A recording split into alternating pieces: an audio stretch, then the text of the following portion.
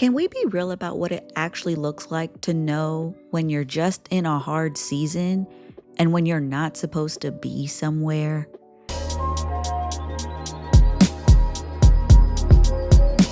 If you're new here, hi, I'm Jade.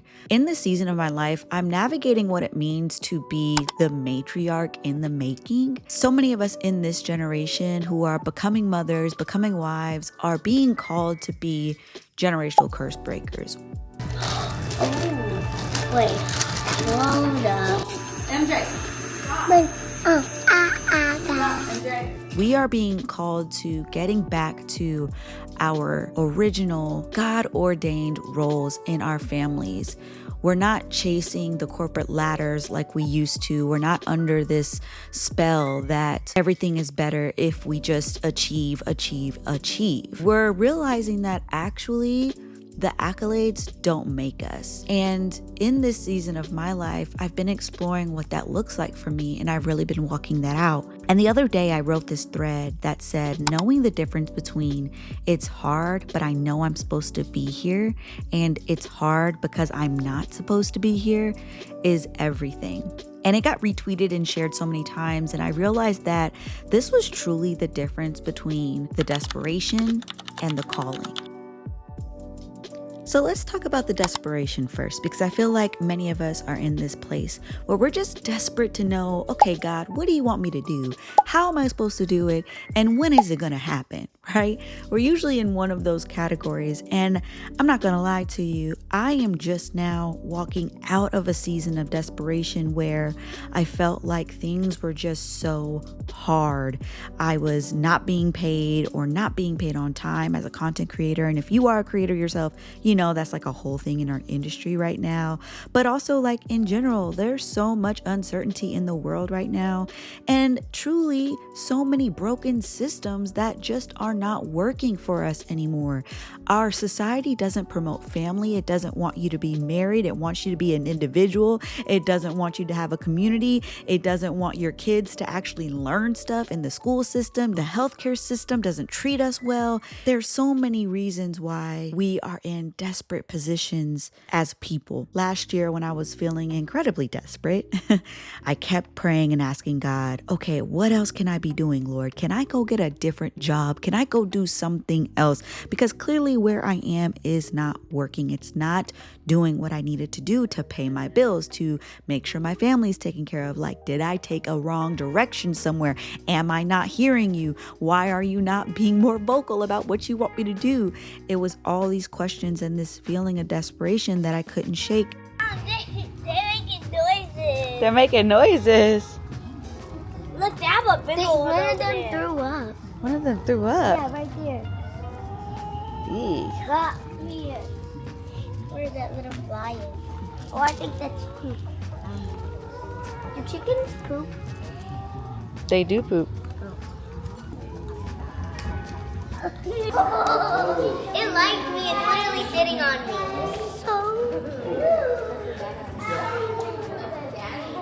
Oh, there's more out there. Mom, look, there's more over here. I even got to one point where I had a dream about opening up a coffee shop, and I was so excited. The next day I woke up at like 6 o'clock in the morning, not even 6, actually I woke up at 4 o'clock in the morning and worked on building a coffee shop business for about 24 hours before I realized that that wasn't actually what God wanted me to do.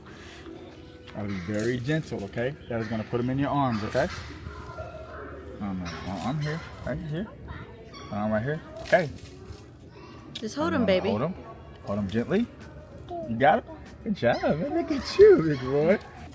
He look like he's so comfortable. He's so comfortable with Micah. Look at gentle Micah. Look at you, man. Luckily, I didn't go farther than that, but when I tell you them 24 hours were full of ChatGPT, ways to build the business, how I was going to fund it, what I was going to call it, all the things, knowing good and well, I've never owned a coffee shop, never done nothing like that, but I just was so desperate. Then I had this other dream of building a roller set business and actually building out my own hair rollers. And that was the dream that was consuming me for months. I was behind the scenes working with a manufacturer and building out what a logo and a brand would look like and all this stuff. And I was talking to one of my mentors about how I could build the business. And I was getting so much traction with my roller set videos online that I was like, okay, God, this is what you want me to do. And eventually, randomly one day, I started feeling like a pause or a hesitation. And I was like, why am I feeling this hesitation? I've been working on this thing for months. I feel like God is telling me to do it. But in all actuality, He wasn't telling me to do it. She got one! Auntie Jade! Wait, can you help me catch one? Sometimes when we're so desperate, we will find any way to say yes to something we can imagine or think of in the moment. We are really good at creating things and saying that God did it. We are really good at choosing something and saying, God bless it. But all God really wanted me to do was to fully surrender and rest in Him and trust Him. And for many of us, the hard thing in our lives is not the job or the work outside of the home. It's actually the work inside of the home. Our first home being our hearts, and our second home being the people that we call home. The people we call home are our spouses or our family members or our intimate close friends, our community. We don't see those relationships as a calling. Not always. It sounds cute to say that I'm called to be a mother and I'm called to be a wife, but when it really gets down to it, at least for me, it wasn't enough. And I think inevitably, it makes him feel really good about himself to see his hair in the locks and be able to shake them and have fun with them.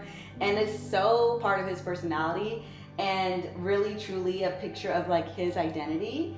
So I love that for him to have that sort of like identity and kind of personality all like making sense at 3 is massive. So I want to start him early, all my kids, to like grow up feeling confident in themselves and knowing that there's somebody who is worthy of being loved, of being friends with, of being in relationship with.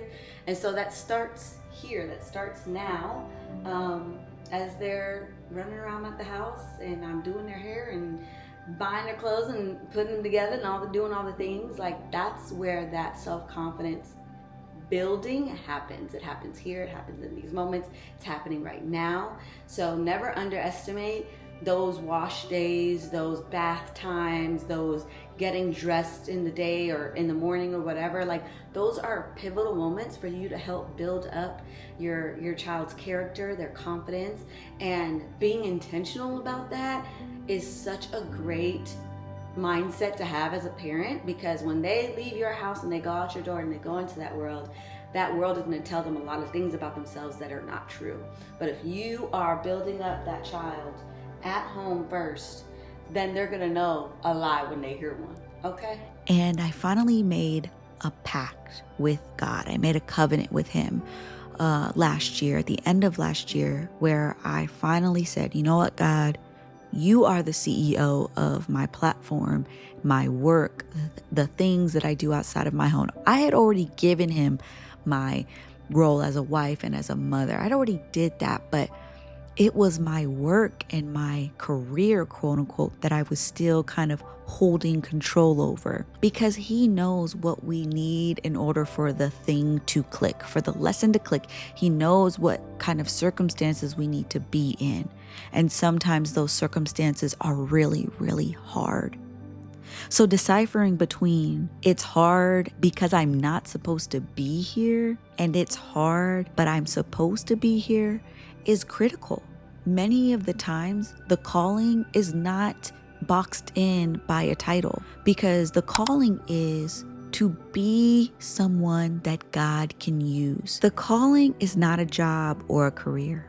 You have to give that to God, because you have to make sure that you are in alignment with where He wants you to be. You don't have to be the one that funds your life. And whatever He wants of you, He will provide for. You don't have to figure all of it out. And so many times we think we have to figure it out, and that almost justifies. That means it's worth it. Actually, no, we have to discern, what kind of hard is this? Is this hard because I'm not supposed to be here? Or is this hard because it's stretching and growing me? We're not supposed to leave every relationship because it's quote unquote no longer serving us. Sometimes we're called to relationships to serve first, to show love first, to love on that person first, so that they even have an example of how to do it for other people. This is why you got to know the Holy Spirit's voice for yourself, because it doesn't mean you do that for everybody. It means that there are specific people that need God through you in a very particular way that only you can give them.